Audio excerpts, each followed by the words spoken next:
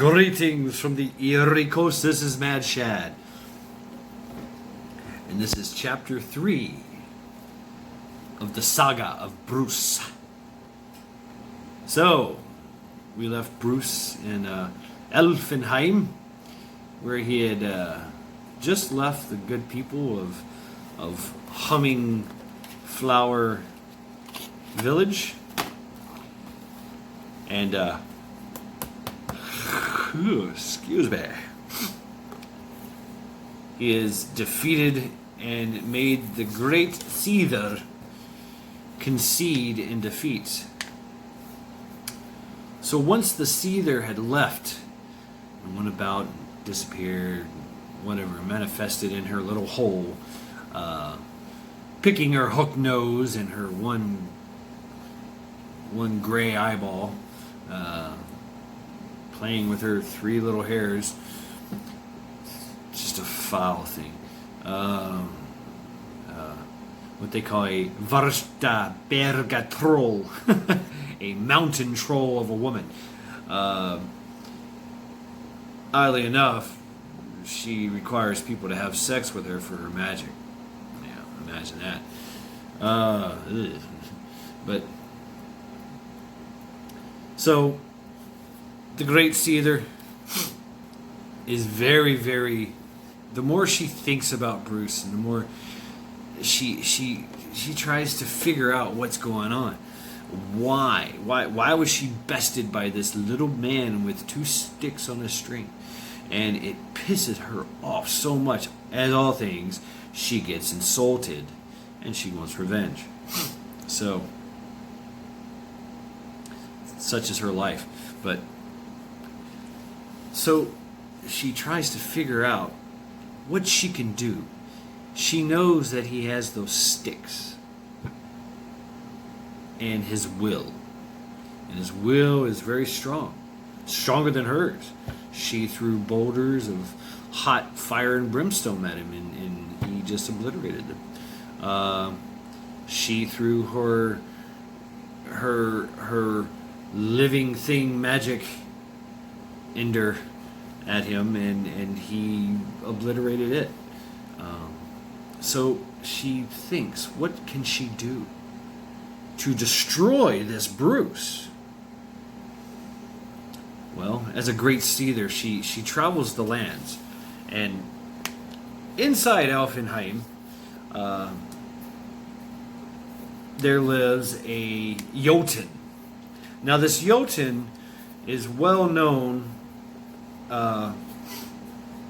for being a Blauman, a type of berserker, if you will. You can hire him to duel for you. Dueling, if you have an argument or if there's a disagreement or something, 2 people met on the battlefield and trial by axe and sword, spear and shield, and they would hire. Oddly enough, his name is Skull Eater. So he would. He was a. When they say Joten, Jotens were known for giants, and he wasn't actually just a giant. He was big, but he was very, very strong, and he was very, very tough. He worked with the dwarves in the mountains, helping them build things, and the dwarves and the elves, they build these fantastical things, and it requires a lot of strength and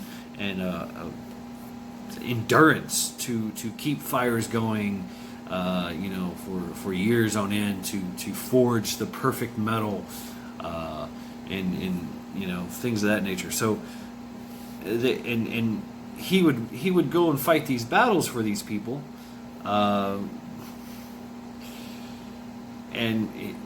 that's what he did. And he was about 7 foot tall, probably.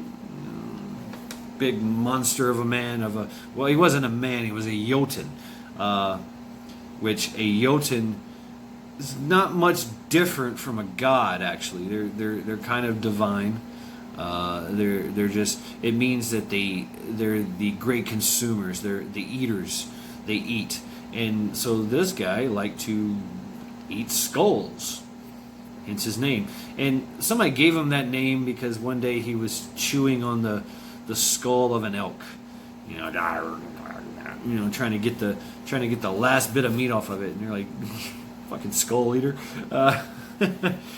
But it stuck, and so he has an elk skull with horns that he wears on his helm, and he shows up. He's got a massive sword and a massive axe and massive long ass spear, and this no need for a shield. I mean, his body is covered in scars. He's battle tested and proven in battle.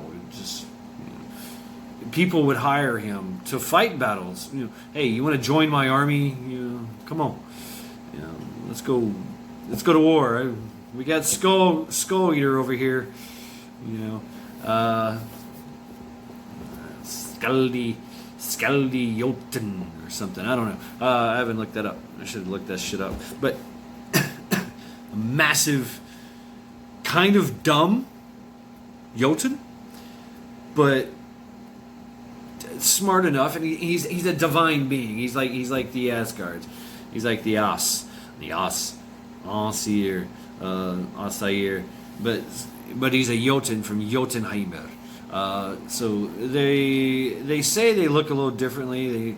Their skin is like grayish or bluish, or sometimes it looks like it's made of rock, but they're divine beings like the gods are. So. But it doesn't mean they can't be killed. It just means that they have fantastic abilities and they live a very, very, very long life. So some wisdom comes with that. In this guy's case, not so much. He knows how to fight. And that's about it. And he's ruled by pride. So the great seeþer seeks this guy out, finds him in the forges of the dwarves, hammering away at this piece of steel that he's trying to hammer into something flat, and he's been doing it for a long time. So the dwarves would play games on him and tell him to go over there and hit that wall. Just keep hitting that wall, and eventually you'll make a hole, and there's a piece of cheese in there. You can have it. And so he'll just say, there's cheese. And he'll hit that wall over and over and over again and over again. And he'll be bored, just hitting the wall. And, the dwarves are like, yeah, the next door neighbors are really, really hating that right now, aren't they? How dare you turn your music up on me, huh? But anyway, yeah. So Skull Eater is kind of dim-witted, but he's ruled by pride. And so the seeþer kind of uses that. It says, I know someone that could whoop you, that could destroy you. And he's like, he's sitting there like, oh, it's you, hook nose. Yeah. Go ahead, go on. He kind of already knows where it's going. He's like, she wants me to kill somebody. Okay. So she says he's an amazing person. He has 2 sticks on a string, and he defeated my boulders of fire with those sticks. He's like, he's like, stick. I can yield a tree as a stick. He has twigs on a piece of hair. She's like, well, how much do you want to fight this guy? You have to find him. He's on the road going south in Elfenheim on the trail. He's like, and so he says, 1 piece of gold, just 1. But it has to be your finest gold. She's like, okay. the great seeþer pulls out of her multi skinned bra and pulls out this moldy, smelly looking gold and bing, makes it shiny again and gives it to him. And and Skull Eater is just like ding ding. Yay! Alrighty then, let's go. And he takes off. And the dwarves are like, hey, wait a minute, you got something. I was like, no, I gotta go. I got a job. I have to kill Bruce Lee. Yeah. And off he goes. And Skull Eater is just he's walking on down the trail, and he's got this massive axe, that he carries. He figures that's all he's going to need for this guy is just an axe. And in a stick, he an axe with a stick. He's like, he has 2 sticks and a string. I've got a stick and a rock. And so he gets on down the road, and he's getting at a good pace. And, we left Bruce before. He was just chilling with his bowl of meat and roasted meat and bread that he was just picking at as he walked. Walking along, just checking everything out, being one with nature. The towel, the way, right? The towel, and that's what he was doing. He was just walking, and he feels the ground just kind of.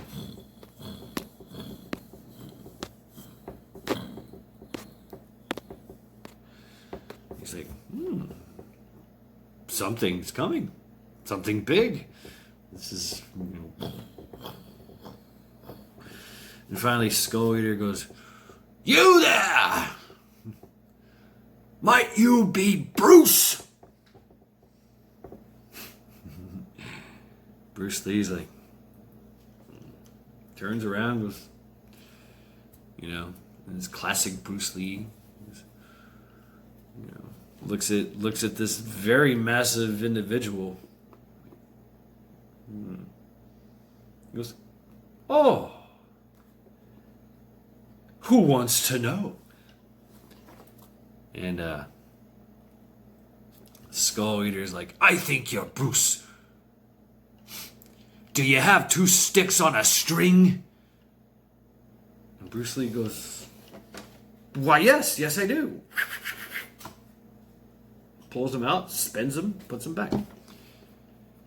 And Skull Eater is like, "It's you, and I must destroy you. I am here to kill you. My name is Skull Eater, and I eat the skulls of my enemies. And I have been paid 1 piece of gold to eat your skull." And Bruce is like, "Yeah." He's still eating. "Okay, go on." "Let me guess. It was the hook-nosed woman."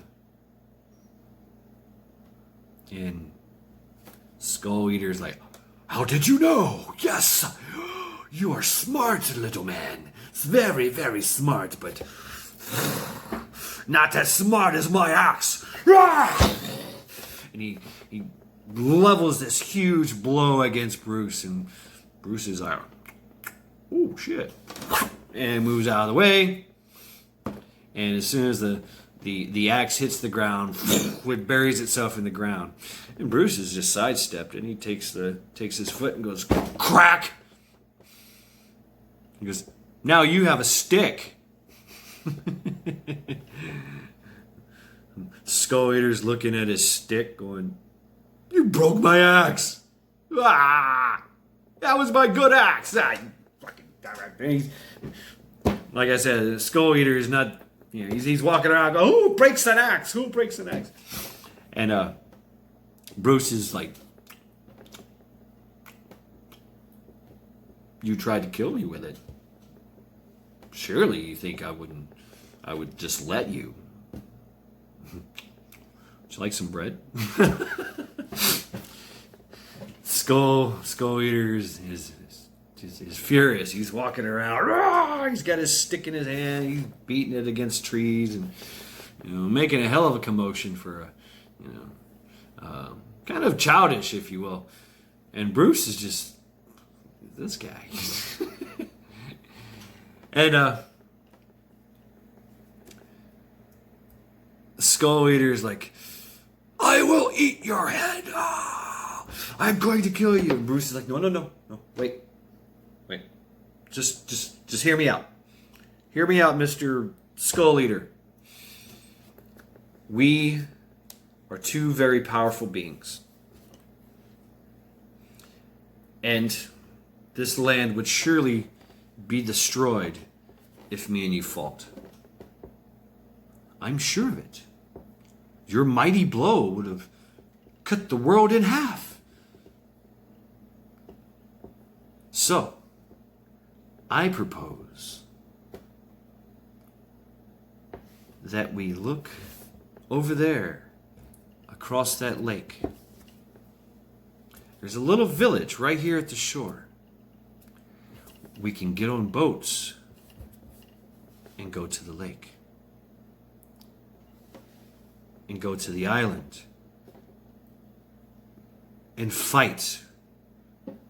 And not have to worry about destroying anything.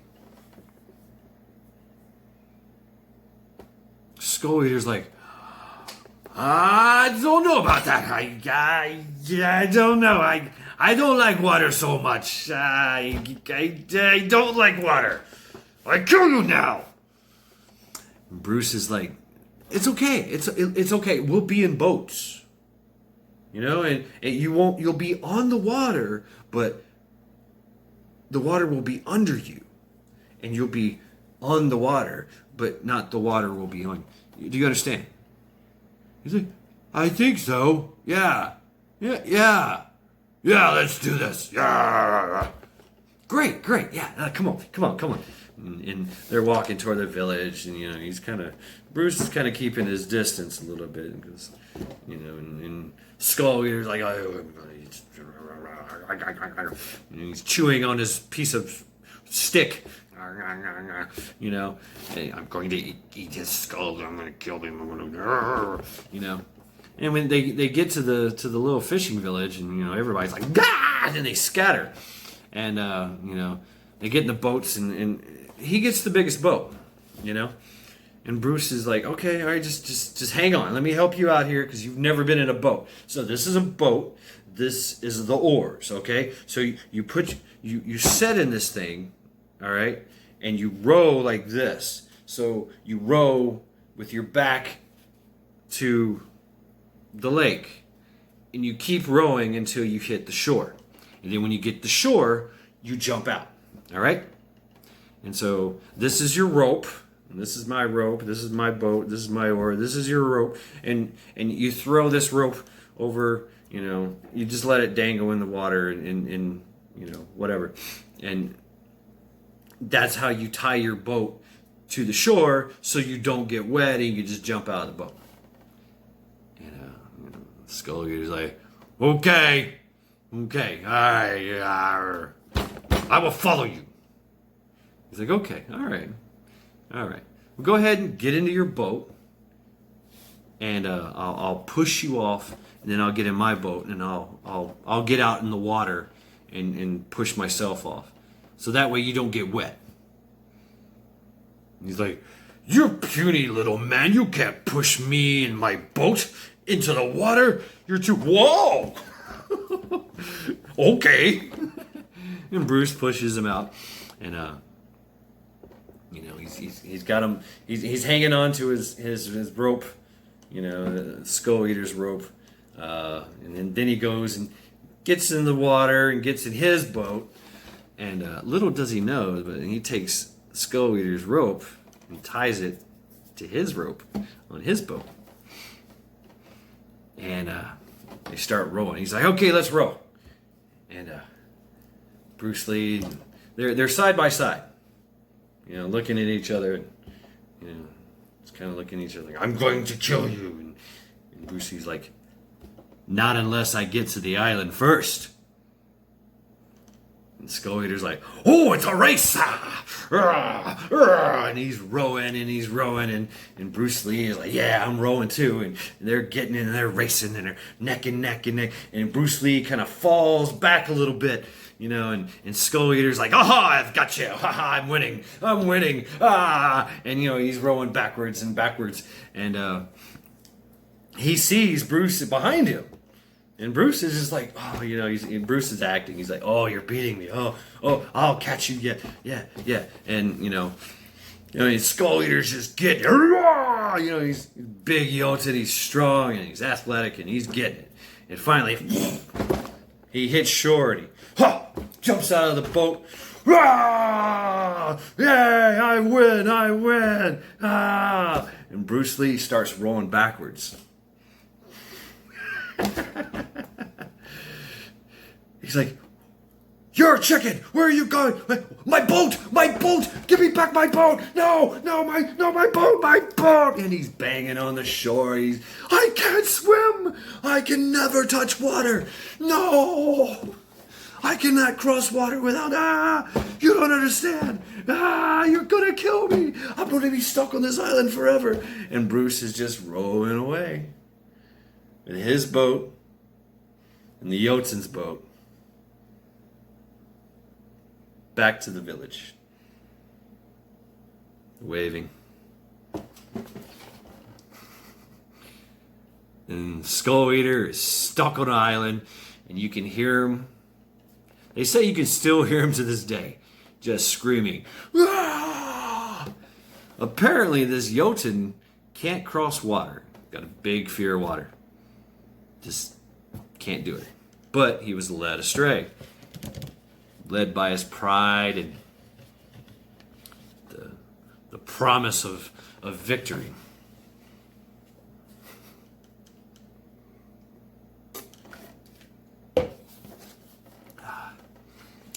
And as Bruce Lee is rolling away, waving to the Joten, he's like, you were a great adversary and you won. And I am deathly afraid, and I'm going to run away now. The Joten's like, no, you tricked me. He takes his stick and throws it. And Bruce Lee rows the boat back to the village, gives both boats back to the villagers, and tells them, don't ever go on that island, ever, ever, ever. There's a big Joten there, and he's not happy.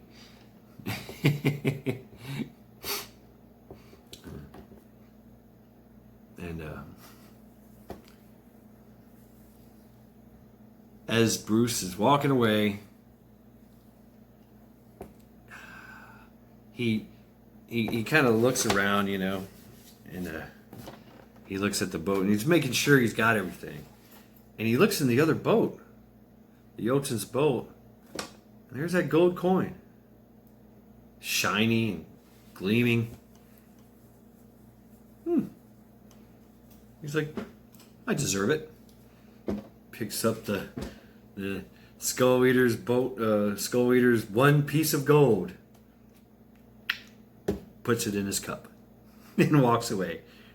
Jingling his cup.